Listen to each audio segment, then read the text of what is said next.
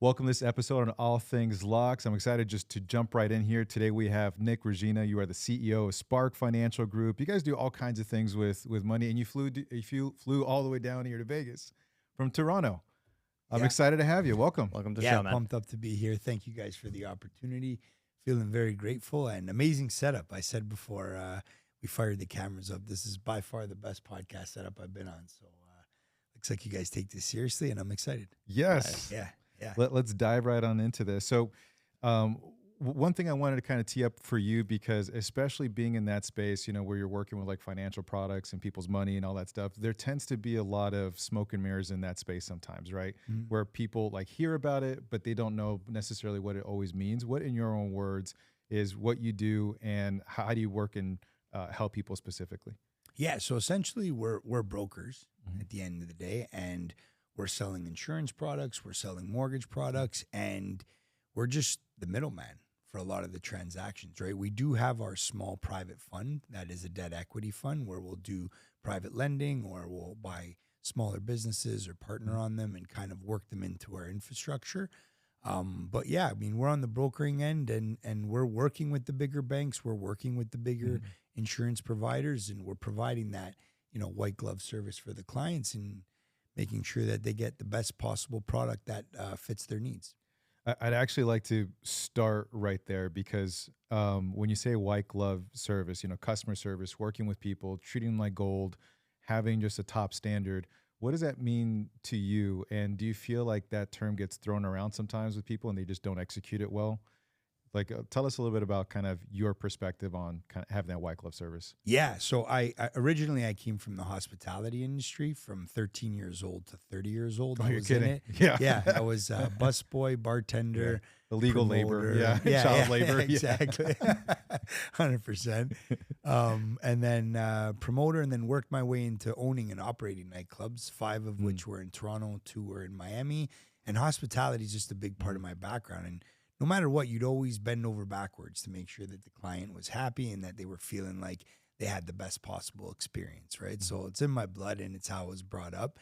And, bringing that experience to one that, where they could really tell and feel that you're putting a lot of time, love, and care into making sure that they're happy, they'll never forget that feeling. And they'll always think of you for whatever it is that you're doing as a profession, whether you're selling a product, a service, an experience, and you'll just come top of mind. You build a lot of trust through bending over backwards for people. And yes, I do think that term is thrown around very loosely. Yeah. But like anything else, if you understand how to build out systems and processes and inject those processes into your business so that, you could live true by that saying, the white glove service, then you can make it happen, and you can execute it, and it can become pretty easy.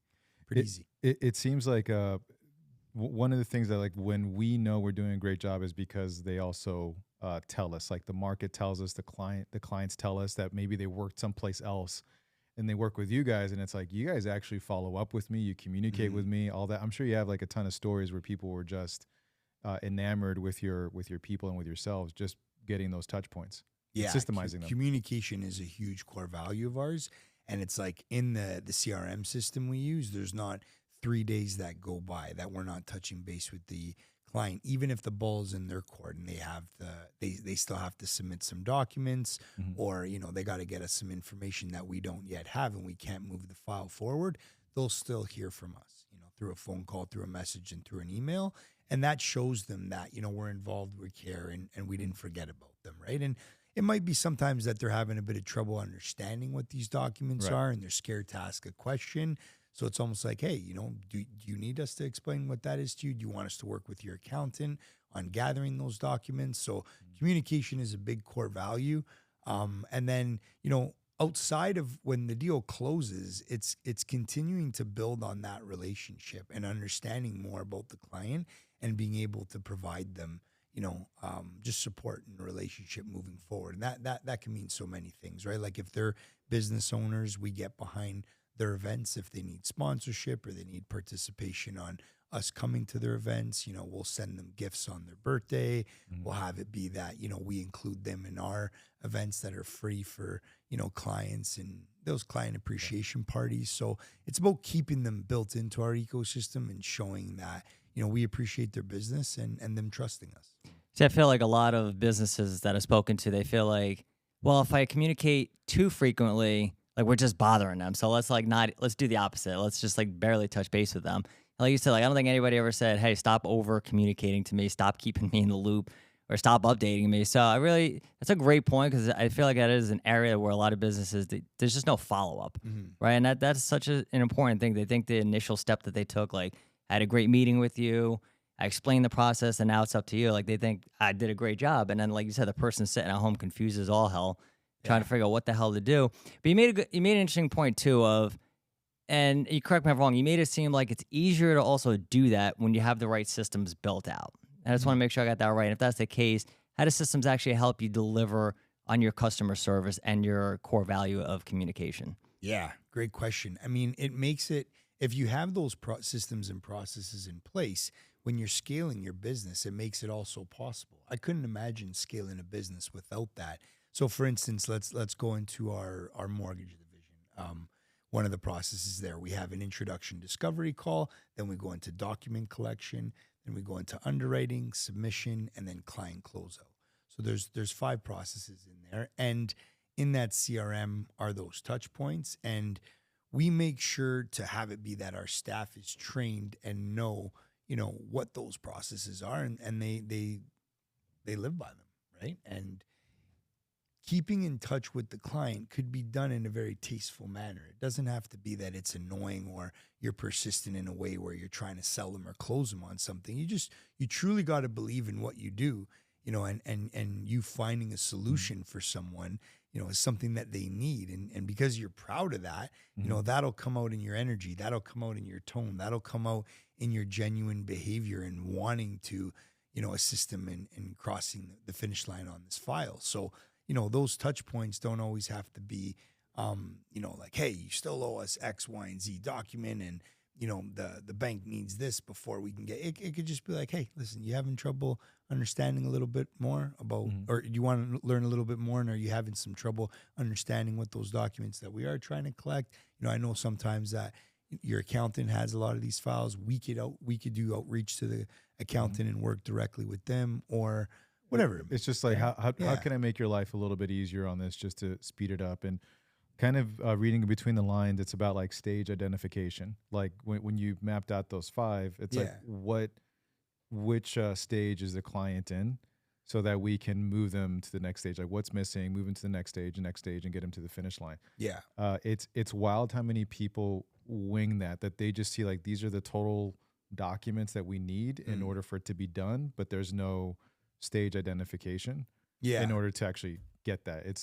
It's wild that a lot of people don't have that. You couldn't scale like that. You couldn't. I mean, you couldn't blow past, in my opinion, you couldn't blow past $1.5 million in annual revenue if you had just a headless chicken of a business. Yeah, you do a little 1-2-man show like that, right? But I couldn't imagine. Did you get that right from the get go of like, I got it, like just it's mapped out, or was there a lot of troubleshooting involved? You're like, man, if I did this all over again, I would have had this at the beginning. Yeah. So we always had a big vision. Like our vision, we want to exit $1 billion company, right? And to get that evaluation, we need a lot of employees working for us. We need a lot of files coming through the door. So from the jump, we were very adamant about the fact that we need good systems and processes into place. Now, it wasn't easy to put them into place, right? You're steady banging your head up against the wall and going back to the drawing board and trying to figure out the most efficient ways on how to build them. And sometimes when you build them, you see that you could be better and they could be more robust. So you got to tear it apart, put it back together, and keep at that. But after a while doing it, you kind of figure it out, right? So yeah.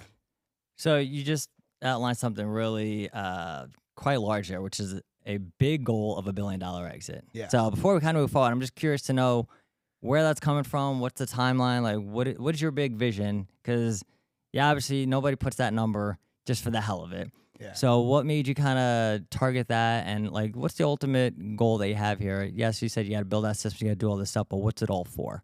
Yeah, great question. So, the number and the goal and the why is very important, and that'll be, the driving force in behind, you getting up every day and wanting to do your best and go hard, right? So the $1 billion number, it just sounds really cool and it's a big number, right? And it tells a big cool, boy. Yeah. It just sounds good. Yeah. Yeah, and it tells a cool story. Like people always have questions in and around that, right? So the vision is big, and the timeline, we're like 10, 15 years. We set a timeline, but if it takes a few more years, then that's cool, right? Because it's a pretty big number, and we're having fun, and we have an awesome company culture, and everyone has bought into the vision. And if you want to work for the company and you want to be a part of it, that's very, very important, right? And what we want to do with it. So we actually started Spark Charity, which is a charity company that every year we give back to a different cause that are to do with children. And I wear a blazer for 30 days straight. I cannot take it off. And that thing smells amazing. Just musky. Yeah, the wife's not too happy about it, right? We ripped through a lot of Febreze, but it's cool. So essentially, when we get to the finish line, we want to make sure to give it all back, right? And leave this world a better place than we found it. That's my mission. Yeah, and that's the goal. That's what you hear a lot of people like, oh, what the hell do you need a bunch of wealth for? And it's like, unfortunately, you typically at least don't see that many people with that mentality, right? It's like either let's start a charity or give our money away for tax write-offs, right? That's the ulterior motive that you hear a lot of. Like, are you just doing it to reduce your taxes? But when you're looking at foundations too, because that is an aspect, right? You grow, and then the goal is to start contributing and giving back. Yeah. I think at least the hesitancy we hear from a lot of people is, what's a reputable charity? Or like, how do you go about actually discerning, all right, this money is going somewhere good? Because I know it's a big reason people typically, outside of just being, maybe a little bit selfish, they're like, I don't really want to give it because I don't know what the hell they're going to do with this. So how do you actually vet like a charity out to make sure it's the right one that's going to do something good with the hard-earned money that you got from running this company? Just not a bunch of administrative bloat. Yeah. Yeah, great question. So that's all public information. You could find it online when you're donating to charities. What percentage is actually allocated towards the cause itself? And what percentage of it is the executives, the administrative support, and all that other good stuff? So you could learn that way. And then also too, like you could really, get up close and personal with these charities that you choose to donate with and feel that energy, feel that love, understand, who it is they are and what they're trying to achieve and what they're trying to accomplish. And you'll get a pretty good understanding as to, the work that they're doing, and if that's something that you feel called to donate to that charity. But yeah, it is public information for any registered charity out there. You have to publicly report, and you see how they allocate their funds on an annual basis and what percentage goes there. I actually like that a lot because there's people that do a lot of their due diligence just online. They just leave it at that. And you're saying like, no, actually get out there and meet up and see if they're doing an event of some kind, get in there, ask questions, see the feel, see the vibe, see the people, and see if that resonates with you before moving forward. Yeah. Like when I wear the 30 days, so let's just use last year, for example, the lady who heads off the charity, when we were on all the news channels, when we were doing our podcast, the billboards, the tournaments, the events, like she was a part of that. She was by my side. So like we got really close, and I understood, like where her heart was. And she didn't take $1. She's very well to do. The family's done well in business, and she's just giving it all back. And none of her board members get paid. So I actually know 100% of that money went to the children, right? And, you ask and you shall receive, right? So just ask the questions and get a feel for that energy. And you know what, in regards to the tax write-off portion, I say this all the time, it's the charity work isn't, 1 day, 30 days, 60 days. It's literally, if you want to do it properly, it's 365 days a year. And if you evaluate your time properly and you understand that, time is money and our most important commodity, in my opinion, that, I think my company can be doing a lot better if I allocated all the time I'm allocating to my charity, to my company. And I'm okay with it not, because I'm very passionate about giving back to the people that are out there that need our help, that really need our help, right? So, yeah. So like making a little bit of shift, and I love that you said, man, that's really the purpose of building a company, right? It's like family, and then like, how do we give back to people who aren't my family? Yeah. Just making a shift a little bit, like you said, like giving back to people. When we look at, what you're doing in the financial space, and even like in the mortgage and real estate space, big topics nowadays is just the debt that people have, and the struggles of just being able to come out of school and then start a life, right? Like maybe buy that house. I mean, even in Canada, I know like the housing is a little challenging, maybe not as bad as the States, but it's tough. You're coming out of a lot of debt, especially if you're maybe in healthcare where you have like 100 to $300,000 worth of debt. What kind of advice do you typically, or would you give somebody in that situation? Like, dude, I got a mountain of debt. How do I even begin my life and like plan for a family, et cetera, et cetera? Yeah, definitely got to live lean and mean, live very modest. Try not to have it be that you're keeping up with the Joneses, right? And societal norm these days, especially with all the social media platforms, you've seen the watches, the cars, the bigger houses, the vacations. It's easy to get caught up with that and feel as if though you're very behind and, that's something that, should come now for you. But you have to be patient. You have to put in the work. You have to save your money. You have to invest it wisely. And you got to live lean and mean and much, much below your means, right? And you'll get there. You'll get there. You'll chip away at it. And then you'll gain that momentum. You'll get confident. You'll feel really good. But budgeting and working with a planner that knows how to set you up for success is massive, right? Like you look at anything all across the board. You want to get jacked, you're going to work with a trainer. You want to eat right, you're going to work with a dietitian. You're feeling sick, you're going to go see a doctor. Your car's broken down, you're going to go to a mechanic. You want to set yourself up for financial success, work with a financial planner. Don't try to figure it out on your own. It's too much of a beast on its own. That's a funny one too, because I feel like people are almost a little bit more open when it comes to their body, a little bit more open when it comes to maybe other goals. But when it comes to money, it's like they don't want to open up their vest and actually showcase that, where there's a lot of folks, even people that are pretty well off, that are silently suffering because their incompetence around money or their financial literacy is poor, and they know it. But that step of actually getting help, that seems like a really long bridge to cross. What do you wish more people knew about, that side of things? So if they are kind of, gosh, like I'm in a lot of debt. I wanted to get this car to make myself feel better, and then this, and now I'm making a lot of money, but my burn rate is crazy, and I need to turn things around. But it's like that kind of public ridicule, or that feeling is there. What would you say to some people that are kind of maybe in that boat? Yeah, it's like seeking validation and you're trying to, again, keep up with the Joneses and get comfortable being uncomfortable, step out of that and understand that nothing new is under the sun. It's all happened before, and there's so many people in that same boat as you. But if you don't open up about it and work with a professional, then you're never going to be able to better your situation, right? So there's nothing to be ashamed of. Financial literacy, is thought to be common sense, but it's not common sense, it's not, right? yeah. It's a whole different beast and animal on its own. I wasn't good with my finances at all when I was in hospitality and nightlife. Although we were making a lot of money, I wasn't doing the right things with it, right? And I've just started to learn, when I got into this industry, how to really set myself up for success. And retrospect, I look back and say, oh, wow, I could have been light years ahead if I was working with a financial planner. Right. And just because you know how to make a lot of money doesn't mean you know how to grow real wealth and a network. Multiply right? it. So, yeah, whether you're in debt and you don't know how to get out of it, living, way above your means, or you're making a lot of money, but you don't know what to do with it, work with a professional that you trust and that, you have a lot of faith in and watch that. Life just changes, right? How does one kind of get to that point? Like they're newer in that space. It's kind of what you mentioned. Like, hey, I was in the hospitality industry, I was balling out of control, and then but I was using it. I could have been light years away, and that's kind of a different step too. Is all right, cool. I'm making the decision to get comfortable with being uncomfortable, right? And now I want to talk to someone. So. I know you mentioned a little bit earlier with nonprofits, it's like their stuff is public knowledge. You can kind of research a little bit further, but when you're working with like a financial advisor, there's a couple of things that might be non-public facing.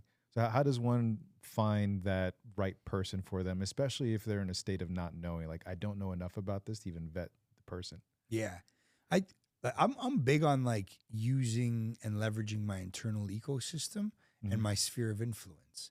So you'd be surprised with your sphere of influence that there's everybody in there has a different profession, right? I just want pause that real quick. Yeah. Allow your own sphere of influence to surprise you. Yeah. That's really good. Yeah. Keep it in the family, right? Yeah. Help out someone that is like you use the word ecosystem. That's in your ecosystem, because what goes around comes around, right? They'll see that you wanted to support their business, and it'll the law of reciprocity, right? It'll make its way back. If there's something that you do for a profession or that they can help you with, that they will, because you thought of them when it came to finance in this case, right? So you'd be surprised how many people in your sphere of influence do everything.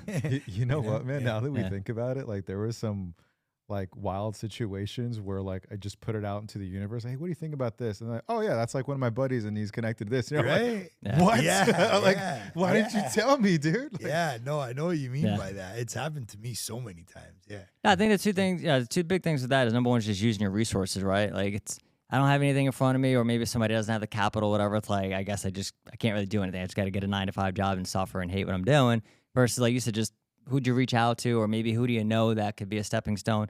But there's who was it? David Meltzer, who's really big in Vegas and in business. He's got this thing of just ask for help. He's like, people want to help, but he's like, so many of us don't want to even ask for it.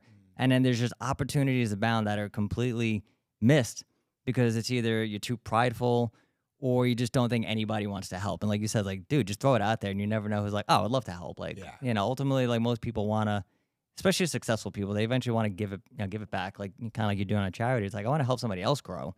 I'm just waiting for people to ask me to, for that. So when and that kind of like gets me into like this next point about like starting your own business. And, you mentioned like building systems as a startup, but we talked a little bit before we came on about launching your own thing versus maybe either franchise or, kind of being an offshoot of another business. And you were like, I kind of questioned that myself. So kind of curious to know, like, because there's a lot of people out there who are, should I buy a business? We've had people on here who say you're stupid if you just start your own business because it's so much harder. Like, why would you do that? Why would you do that literally was the verbiage. It's like, you're an idiot if you want to start your own business because of how many opportunities are coming out now that maybe weren't there when you started. So I'm just curious to know, you've gone through the process. If somebody's like, what do I do, dude? Do I start my own thing? Do I try to franchise or be an offshoot? Do I buy? What would you kind of say at this point? Yeah, great question. Great question. At this point, it's been 5 years now that we've been in development, and I often think to myself that would have been the smarter move if I were to take on a franchise and, that's in the exact same space that I built in, because the amount of time, the amount of money, and the amount of hardships that were spent developing this infrastructure the way that it exists now, there's a big cost to that, and not only with money, but with time as well. So when you look at these franchises and understand the franchise fees, right, that's like a drop in the bucket compared to what you're going to spend in regards to the millions of dollars in my case on developing what we've developed. So if I had to go back, I would definitely go that route and explore what that would look like for sure. So you would look at it differently. Would you ultimately want to cede your independence? Because I think that's where a lot of people look at it, where it's like, at least if I started, I know it's mine. There's maybe a little bit of pride that we have, but it's like, I know it's mine. I know I could build it out. I'm not shackled maybe by somebody's constraints. What would you say to that? Those constraints in which you're shackled by, they're for a good reason, right? They're for reasons that you could keep your bottom line beefed up. They're for reasons that you got to follow this protocol because those are the right systems and processes. These are tried, tested, and true by these franchisors that created what they've created, right? And the reason why they have you shackled up like that is because they want the best for you, because that works for them too, right? In regards to running a successful business that's, grossing a lot of money overall and has a good bottom line. So, I mean, there's always a way to be able to put your own spin on it, and brand it, even if it's not, you're restricted for what you could do with the marketing and PR. You could attach your personal brand to it. You could build your personal brand and have it be that, there's that direct correlation with that business that, will put it on a whole other level. And in my opinion, personal branding is a lot more powerful these days than it is branding a company or a business. It's like, how sexy could you make insurance, mortgages, and the fund, on an overall? You could play with it, you could have a little bit of fun, but the regulatory bodies, they'll have you so tied up. Whereas if you could have fun on your personal brand, being who you want to be, endorsing these portfolio of companies that you run and get the flexibility that way. Yeah, I mean, like you shoot like a business video. It's like, is this compliant? It's like, come on, dude. Like, I just want to get it out there, but That Crazy. And we went through that because we were really big on the social media with our businesses. We were having a lot of fun. But what happens is, you know, as much as people are enjoying it and they feel like they're part of the community and it is working to bring in the leads, the competitors don't like it. So the competitors will complain and they have a target on your back. And then compliance comes. And then you're reading through booklets like this about, you know, video reels that you can't do. And it's like, It's crazy. Like, I'm not doing this. Yeah. So, yeah. You know, walk us through whether it was really early or kind of later. So I got 3 kids. I got a 4-year-old and I got two little boys, and they're a year and a half. Oh, dude, That's it so sucks. cute. Team Yeah, no yeah. sleep, baby. Yeah. Team no sleep. I'm 3 kids too. Yeah, 3 kids. Yeah, Yeah. yeah. It's something. Yeah. So I'm in it. And at what point? Because I think a lot of business owners. 2 at 1.5. I got And twins a 4-year-old. and a 4-year-old. and the Wow. twins, Team yeah. no sleep for sure, Barbarians, bro. Barbarians Yeah, are yeah. so they're just like fuck you energy all day long. I love them. That's awesome. Yeah, right. If one of them gives me attitude, I'll give one to a new family or something. I got a backup son. Anyways, so one thing with like business owner talking about like branding and being authentic and sharing. There's only so much you can share about a business where at some point it's like, all right, the marketing focus has to be on the people that make the business. It's not just the colors and the aesthetics and everything else. At what point did you feel comfortable or think, or that process of integrating your kids into your personal brand or your business brand, and what precautions should parents take, if any, and just what your thought process was on doing that? Because they're adorable, by the way. I saw them and I was like, I got you. Yeah. Yeah, you know, Coach Kate was a big part of that as well. Just and a few other coaches that I've worked with that are big on, you know, the personal branding is like cracking me and pushing me out of that shell and having it be, if you really want to build trust with people, you have to show them who you are and you have to have them understand what your values are, and you have to put that out there. And then that authenticity and being real and being raw and just showing, you know, your life for what it is builds that trust with people. And then naturally, you know, you're going to find your tribe. There's going to be people that love you, and then there's going to be people that don't. Right. And the people that do love you, they're going to rock with you, and they're going to build like an insane amount of trust with you. So whatever you're doing in life, whether it's charity work or, you know, building your businesses or whatever it may be, you know, they're going to want to get involved. They're going to want to, you know, help you out. Right. Right. Yeah. Kind of continuing on that, with you know, the kids and, you know, personal brand, like when you are what kind of benefit has that given you as soon as you started doing that? Yeah. Huge. It's opened so many doors.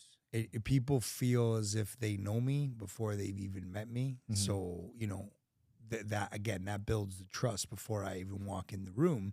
And that goes a long way, right? There's a lot of times where I'm not really pitching anymore. I'm not presenting anymore. I'm not telling my story. It's already known, mostly in my market. I'm still such a micro influencer, right? But, you know, it's been really cool to see that and to have it be that, you know, people trust me, you know, in business and want to partner with me and do some JVs or want to send me over their files or want to get me involved in certain projects just because of what they're seeing online, right? So a lot of like, you know, opportunities have made their way because of that, and they feel like they know me inside out, and I'm pretty raw and authentic. So you do know me. It's pretty true. Like when people start, like the sales cycle, like the sales window is significantly shorter.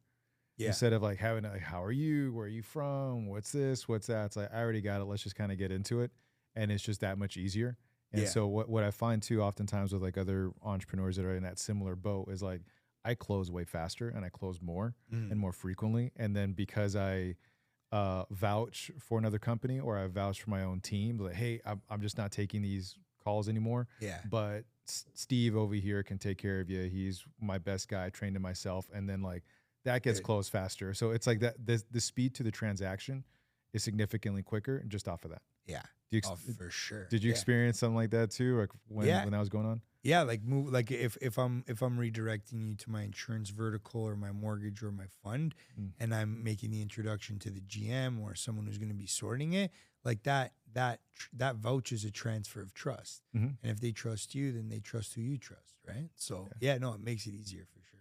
Yeah, I love that point, man. It's just like I remember reading in a book a while back. It's like people got to love your product, your company, and you, right? So if you can get all three, it's like so much easier.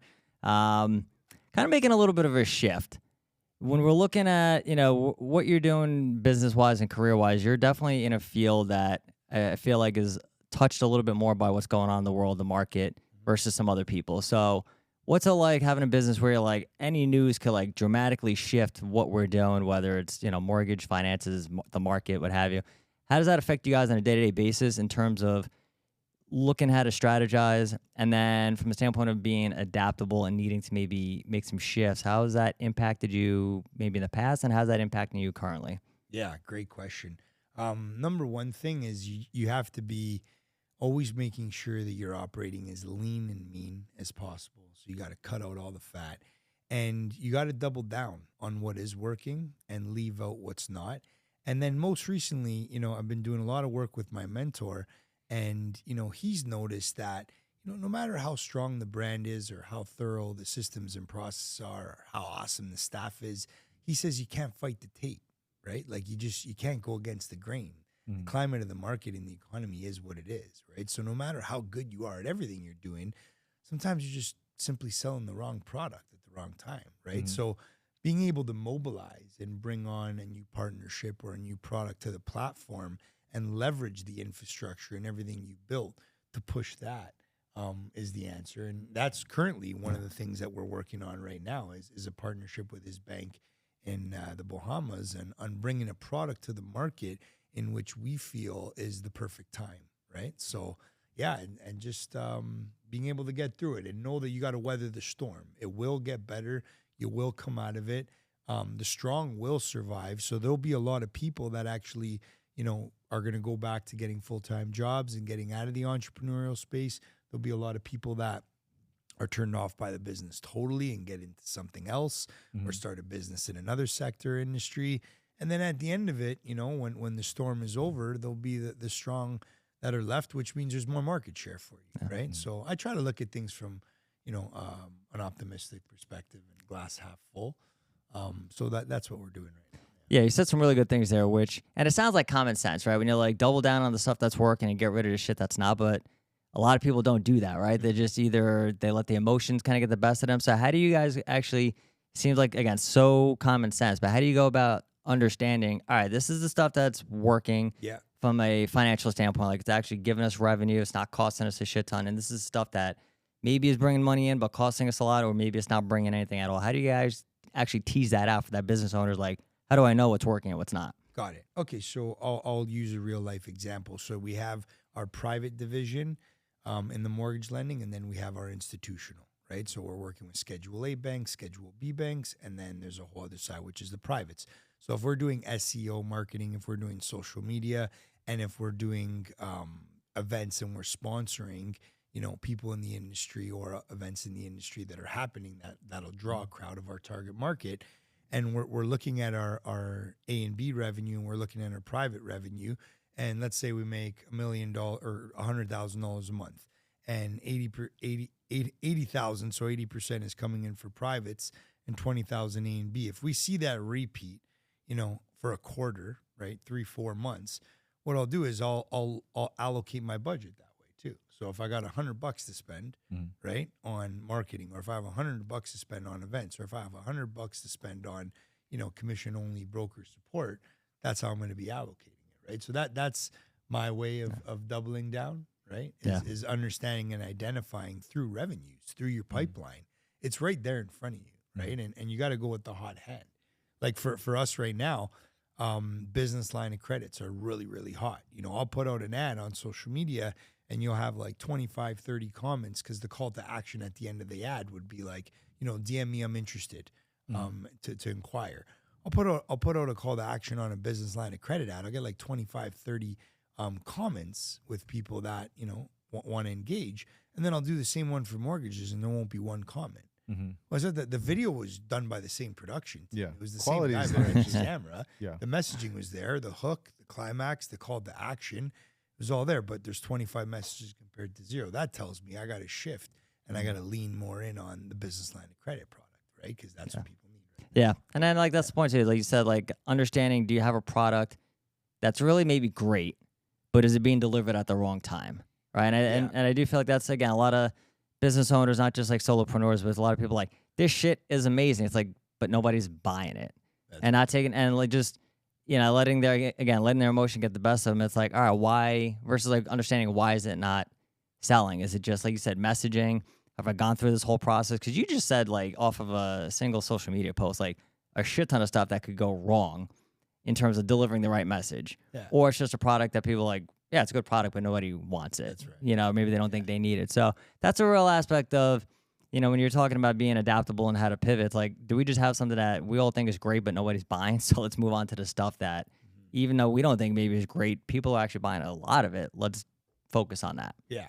Yeah. No, it's huge. It's huge. You really got to, keep your finger on the pulse and a microscope under your operation and always look at your pipeline, your revenues, and understand what the climate of the market is, right? Like 3-4 years ago, everyone wanted a mortgage because the rates were so much lower. So if you were in the mortgage space, your phone was ringing Killing it. off the hook because it was just like, yeah, get them a good rate, lock them in, and move it forward. You weren't too concerned about, other products that you are now because they're tapped out of their equity in their homes. They're leveraged on their equities in the stock market. Their personal line of credits are shot. So now it's like business line of credit. Oh, I could take out equity on my business. Yeah, you can, right? That's the last thing that they haven't tapped. So let's give them that product, right? So I when you mentioned keeping the pulse on the market and everything else, there's also keeping a pulse on the people within the organization that keeps a pulse on the market, right? Yeah. So the culture essentially, when you're talking about having was the $1 billion exit, is that I've seen some business owners where they just blurt out like, we want to do this number and then never talk about it again. They don't keep their people engaged. Talk to us a little bit about what you do in regards to team building, to keep those goals in front of people, not just in front of you, but in front of the organization. That like this is what we're gunning towards. Yeah, for sure. Great question too, right? Yeah. Like, so we'll I told you you're gonna get a gang of them today. Yeah, yeah, and that like keeping them motivated like that and keeping them feel like they're they're a part of that process and they're gonna gain from it as well, and you're on that mission together is so huge, right? So it just really feeds into the company culture in a beautiful way, but it's done through KPIs and metrics that we have in place through volume, whether it's premium, whether it's mortgage volume, whether it's lending volume, and you're able to track those KPIs at our weekly operations meetings, and you'll see how far you're moving the needle forward. And then we attach them to the net profit share. We'll attach them to, month or annual bonuses. We'll have it be that we draw out a roadmap for what it looks like for them in the next 5 years. And that way they know what they're working towards. And if they hit those goals and you could show them, how you're measuring those goals, that they're well on their way to achieve what's at the end of, that 5-year period. And then you'll build out another 5 years for them. Because a lot of entrepreneurs, what they'll do is they'll give you your contract and they'll have it be, that you understand what you're making now, but you don't know what you could grow to. You don't know what that new title could be. You don't know what that new comp package could be. And it's just like, well, put yourself in their shoes, right? Like if you didn't know what was next, or if you overly performed, then why would you want to go so hard? Why would you want to overperform if you're not showing me, incentive to want to be able to do that, right? So I think it's just putting yourself in their shoes and having it be that, you show them, how much that they could gain from it. But yeah, you got to consistently repeat yourself in regards to what that vision is and what the exit is and why. And you got to track it with KPIs and real metrics, because you could be a dreamer and just say it, but you have to make sure that it's not being measured, quantify it and measure it. Right. Do you have, some organizations are very, like they will do that, but it's very individual focused, where it's like on the individual, like your own personal KPIs. Think of it as like on an NFL team, that when a wide receiver hits certain touchdowns and hits certain catches with no drops, it's like they get certain bonuses and it's all individualized. And then other ones are very team focused, where they don't necessarily believe in doing it on an individual basis. But if the team comes together galvanizes, then the team gets a bonus. Do you have a preference? Is it a combo of those things? Is it one or the other? And how did you land on that Combo. Yeah. combo? Yeah. When it's individual, it gets real catty in the office. Yeah. You gotta blend the both. You gotta have it be that they can win individually, but overall we have to win as a team. In my opinion, nothing, ever substantial was accomplished on an individual effort. It was always a team. Even if you look at like a tennis player, it's like, oh, that's an individual effort. Was it? Did the parents get him into sports? Did they have some doctors involved? Personal one-on-one training? Nutrition, Did all they that. get a nutrition? There's a big team behind that one person on the court, right? So whenever you could do that, it's just more fun too. Like when you're high-fiving each other because of, you're chalking up the dubs, you're like, that's sick, right? It's like, also awesome, it's also on the other end. We were like so close, but Frank over here fucked it up. We were right there, Fucking Frank.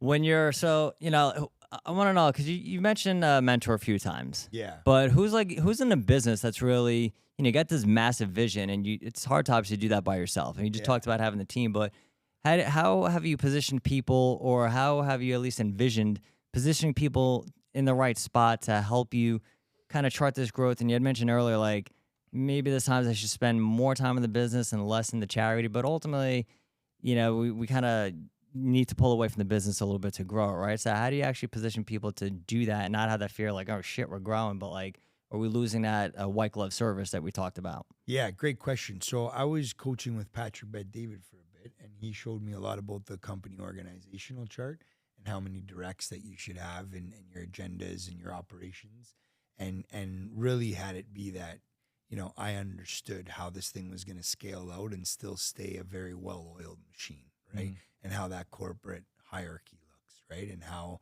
you could still have it be that, your principal values and what the company stands for and what you want to do with it and how you want everyone to feel about it can exist without you having to be everybody's direct. Really, you shouldn't take on more than 5 to 6 directs. And that goes for everyone else. That's in management and director of operations and whatnot. So that was done through the Patrick Bet-David program. I was coaching with him for a while. I'm big on coaching. I'm big on coaching. I implement that on an ongoing basis in my personal life and in business. There's always a coach I'm rocking with, right? And the coach, for whatever it is, like they're the experts in, it's like that's what I need in my life at that point. That's the type of coach I'm going to have on board, right? So if I'm dialing in something a little bit more in the sales division, it'll be a sales coach. Operations will be an ops coach. Personal brand, Coach Gabe, personal branding coach, right? So it's always, what I want to go deep on at that time, right? I'd like to ask you on that too. So we talked about vetting 501, like charities, right? Foundations, charities, all that. And then, and also when someone wants to work with like a financial planner and like them as a person getting in, that's kind of another area too with entrepreneurs where they're looking around like, I need help, or I need, I've been really trying to crack that nut on my sales department and it's just not working. Branding, whatever it is that, especially when you're talking about like when I look at coaching and mentorship and training, those are like 3 very different things. What's your process when you're like trying to find a mentor, to like earn mentorship? Because I feel like that's kind of a two-way street. That like someone could want to be mentored by such and such, but you're just not at a level where they even like Kobe was really notorious for that. Kobe Bryant did not want to mentor everybody. He was very selective, and it had to be kind of a two-way street. Versus coaching is like, you're a specialist, bring you on board, help me with this, and then there's that transference of knowledge, and then off you go. What kind of advice would you give to entrepreneurs that are in that space where it's like, in this thing you need a mentor, this thing you need a coach, how do you find the right one for you? Yeah, great question. Wow. With my mentor, I was actually hosting an event. My coach, my life coach was hosting an event, and I was one of the hosts for the speaker of this billionaire, and I had never met him before. And it was him. I was hosting him. So I went so deep on all the questions I was going to ask him that when we were together in front of the crowd and I was asking him, he was like, dude, where'd you get that information from? You went deep with this, right? Because there was a set of generic questions. But then I had built out my own questions on what I thought was really interesting, right? Yeah. And he's Some just got wild, a like, crazy yeah. shit, bro. Yeah, he's got a really cool dynamic background. So he really took a liking to me, right? And he's just like, he wanted to get to know me after. He's like, hey man, who are you? Like, what's going on? You know, like what are you doing over here? And then my coach obviously put in a really good word for me too, and told him a little bit more about my background. And then he reached out. He's like, hey man, listen, if you're looking for mentorship, I'd definitely get down with you. So to go to your point, you know, I guess they're very selective, those people that are operating at that level and are in those, you know, revenue categories and net worth categories. And he was like, you know, I think I could really help you grow, right? So I took that up and I was like, yeah, let's rip it, right? Yeah. Yeah, I mean, I love that you brought that up because I feel like there's a lot of people out there who they want the help, but then they don't really want to do anything that shows the person they want to work with that they're actually willing to do the work. And like you just gave a good example. It's like I over prepared the hell out of these questions. Yeah. Right. So it's like you painted a picture for him to be like, this guy goes above and beyond. Yeah. Like, and you said like that's just kind of who you are. But there's just so many people like, why doesn't anybody want to work with me? It's like because you don't do shit. Like you haven't put the effort in. You're like, I came prepared, and I put the effort in to show this guy that whether he picked me or not, like I'm gonna be somebody that's gonna work hard. And I think that's just something a lot of people miss. Yes, that's right. And honestly, it was like I wasn't looking for mentorship. I was just looking to like give the crowd a good show because it's if you're choosing me to host a billionaire, I want to make sure that the crowd gets as much value from this billionaire as possible. And then I pull out of him things in which I would want to be pulled out of me if I was in his position. So you kind of do it selflessly. But if you're an overachiever and you go above and beyond, like, yeah, people will pick up on stuff like that and be like, dude, you didn't have to do that or go that hardcore with it. But like, I fuck with you if you do that, right? We're all trying to figure out how to differentiate ourselves, right? Yeah. And like social media, be authentic as we spoke about, but sometimes it's just the effort that you're willing to put in. You know, I mean, I work with a ton of doctors and like, why am I going to walk patients up? I'm like, how do you differentiate yourself from the guy who's like literally like 2 doors down from you? Like do the small stuff that you think nobody, like that's what I was loving. Like nobody else does that. It's like, that's the whole point because nobody else is doing it. If you do it, you'll stick out. Exactly. Like, I don't understand. I mean, it's no fucking sense. Yeah. No, common sense isn't so common, right? That's it. Absolutely. That's how you guys are coaches. Yeah. So one observation that I kind of had and just kind of getting to know you and just so far is emotional intelligence, EQ. Like I like there's some folks that kind of don't have that. like what is it? Yeah, like you don't have it then. It's just like jokes go over and all that. We're like, let's bring down those jokes. He took it literal and we're like, we're about to throw hands. Like, I'm sorry. I didn't mean it that way, bro.